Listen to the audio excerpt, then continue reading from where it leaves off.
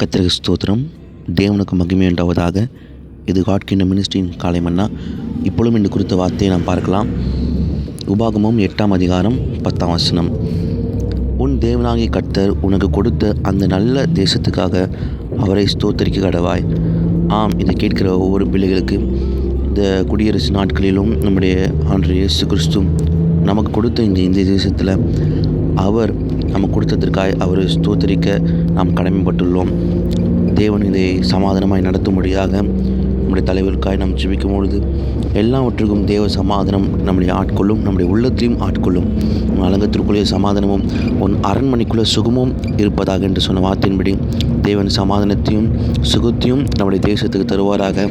இதை கேட்கிற ஒவ்வொரு பிள்ளைகளுக்கு தேவன் தந்தருளி அவர் அபரிதமாய் ஆசீர்வதித்து வழிநடத்துவாராக. விசுவாசிங்க, கர்த்தர் பெரிய காரியம் செய்வாராக. ஆமேன். God bless you.